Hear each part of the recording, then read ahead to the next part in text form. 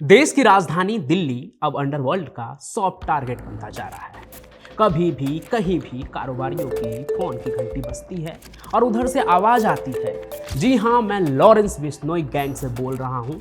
जान की सलामती चाहते हो तो चुपचाप पैसे इस पते पर भेज दो। एक जमाने में ये काम दाऊद इब्राहिम के डी कंपनी में होता था, लेकिन अब उसके सारे धंधे पर लॉरेंस गैंग का कब्जा होते जा रहा है। वही लॉरेंस गैंग जिसे कोई हीरो तो कोई देशभक्त कहता है, और कई तो ये भी कहते हैं कि लॉरेंस वो हिंदू शेर है जो दाऊद जैसे गद्दार और खालिस्तानियों के लिए काल है। पर असल में वो जो है उसकी सजा वो जेल में काट रहा है। लेकिन सवाल ये है ना कि जैसे दाऊद के पीछे लॉरेंस है, वैसे लॉरेंस के पीछे कौन है? कौन है 8000 किलोमीटर दूर पुर्तगाल में बैठा हुआ जो लॉरेंस के नाम पर दिल्ली के बिल्डर और कारोबारियों से करोड़ों रुपए की रंगदारी वसूल रहा है? क्या इसके पीछे जेल में बैठा लॉरेंस का ही कोई विदेशी मेंबर है, या फिर कोई और है जो पुर्तगाल से लॉरेंस के नाम का फायदा उठा रहा है? पुर्तगाल से मुझे एक और गैंगस्टर की याद आ रही है। नहीं, अबू सलेम पर मैं आऊँगा। अभी तो मैं उस गैंगस्टर की बात कर रहा हूँ जो शायद मुझसे भी उम्र में छोटा है, लेकिन पुर्तगाल में बैठा भारत में अपना गैंग ऑपरेट करता है और गोलियों के दम पर दिल्ली में लॉरेंस बिश्नोई गैंग को भी चुनौती देता रहता है, और नाम है उसका हिमांशु भाऊ।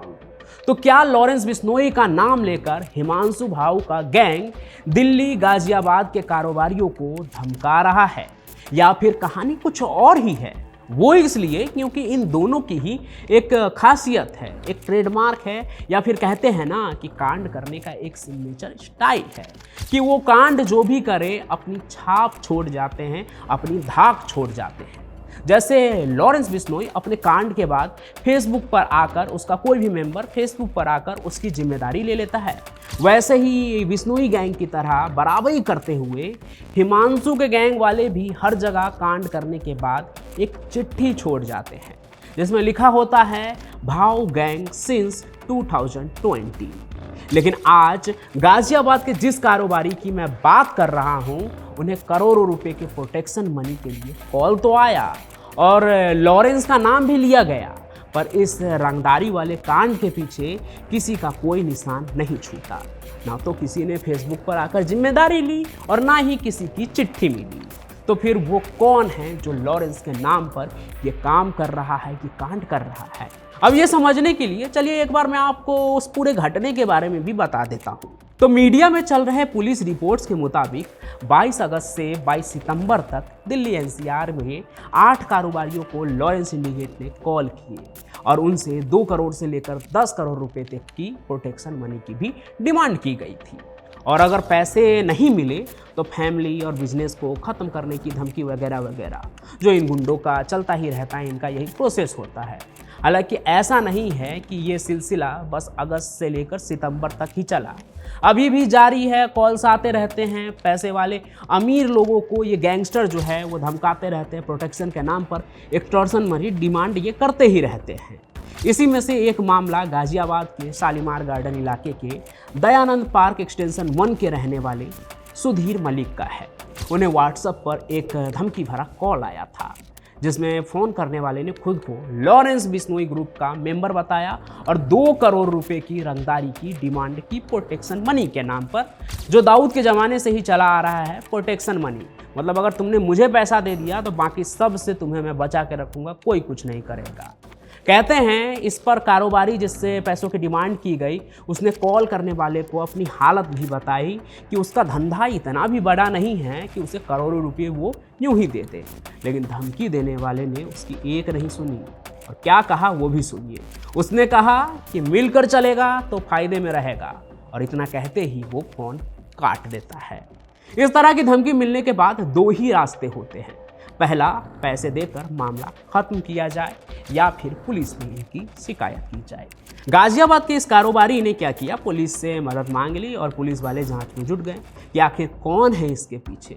वैसे तो कॉल करने वाले ने बता ही दिया था कि वो लॉरेंस बिश्नोई गैंग का है, लेकिन जुर्म की दुनिया में जैसे जैसे लॉरेंस बिश्नोई का नाम बड़ा हो रहा है ना, वैसे वैसे कई छोटे मोटे खिलाड़ी भी उसका नाम लेकर अपना फ़ायदा निकाल लेते हैं। इसलिए जांच एक नई सिरे से ज़रूरी था कि कौन है इसके पीछे। फिर आगे पुलिस की जांच में पता चला कि जिस नंबर से इन कारोबारियों को धमकाया जा रहा है वो कोई इंडियन नंबर नहीं है, बल्कि पुर्तगाली नंबर है, जिसका कंट्री कोड +351 था। पुर्तगाल कनेक्शन का नाम सुनकर जराइम की दुनिया में ये बात बनने लगी कि कहीं इसके पीछे भाऊ गैंग तो नहीं है, क्योंकि खुद को लॉरेंस का दुश्मन बताता है वो, और वो पुर्तगाल से ही बैठकर पूरा गैंग चलाता है अपना।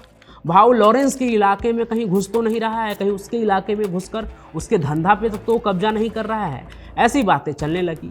वैसे आपको यहाँ एक और जानकारी मैं दे दूँ कि भारतीय जराइम की जो दुनिया है वहाँ पर पुर्तगाल कोई नई बात नहीं, ऐसा नहीं कि आज ही पुर्तगाल की बात हो रही है, बल्कि दाऊद के ज़माने से ही देश में इस नाम का चर्चा है। इस देश के बारे में एक तरफ जहाँ दाऊद दुबई और कराची में छिपा बैठा था, पाकिस्तान के कराची में, और छोटा राजन कीनिया और बैंकॉक में रहा, वैसे ही अबू सलेम बॉलीवुड की हसीना मोनिका बेदी के साथ पुर्तगाल में छिपा था और वहीं से उसे अरेस्ट भी किया गया था, फिर भारत लाया गया था।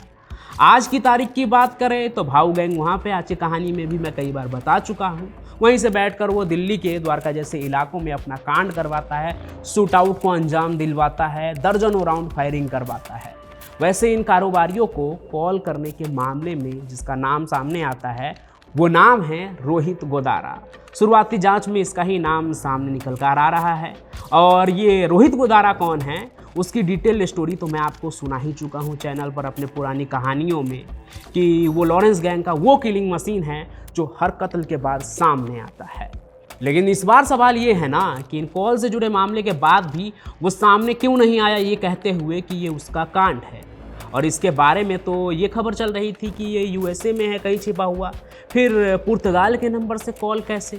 तो देखिए, इस बात की पुख्ता जानकारी तो पुलिस इन्वेस्टिगेशन से ही पता चलेगी, जब इन सभी चीज़ों के बारे में और डिटेल तहकीकात होगी। तो चल भी रहा है इन्वेस्टिगेशन, लेकिन जो अंदर की खबर क्राइम की गलियों में घूम रही है उसके मुताबिक ऐसा माना जा रहा है कि रोहित गोदारा का ठिकाना पहले पुर्तगाल में ही था, जहाँ से वो डंकी मार के अमेरिका में जा छुपा।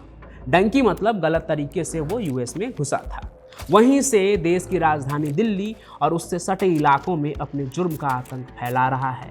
हाल ही में पैसों के लेन देन के चक्कर में ही उसने साउथ दिल्ली में जीके में एक जिम मालिक को भी मरवाया था, और अब कारोबारियों को भी धमका रहा है, उसी का नाम सामने आ रहा है।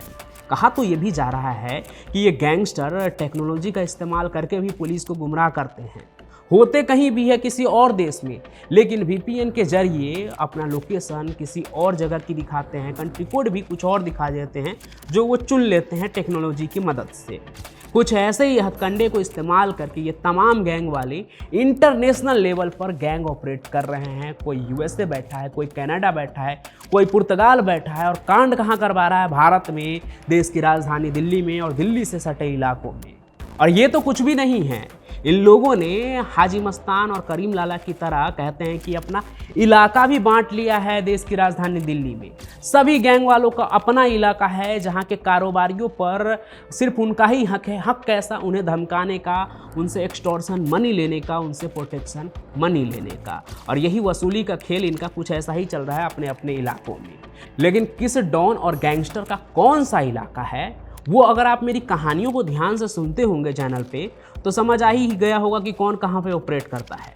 लेकिन अगर आप इन सभी चीज़ों को भी डिटेल में जानना चाहते हैं कि कौन किस इलाके में ऑपरेट करता है, किस तरह से ऑपरेट करता है, कैसे अपना गैंग चलाता है, क्या क्या उनके धंधे हैं, काले धंधे, ये सभी भी आप अगर जानना चाहते हैं तो कमेंट ज़रूर कीजिए। मैं एक अलग से एपिसोड लेकर आऊँगा जिसमें इन सभी चीज़ों के बारे में मैं आपसे बातचीत करूँगा, उससे जुड़ी कहानियाँ आपको सुनाऊँगा। बाकी आज की ये कहानी आपको कैसी लगी वो कमेंट जरूर करें, साथ ही साथ हमारे इस चैनल को सब्सक्राइब भी कर लें और इस वीडियो को शेयर भी करें। बाकी मैं पंचम प्रकाश आपसे मिलता रहूँगा किसी और सफ़र में, किसी और क्राइम की कहानी के साथ। तब तक के लिए आपका बहुत बहुत धन्यवाद।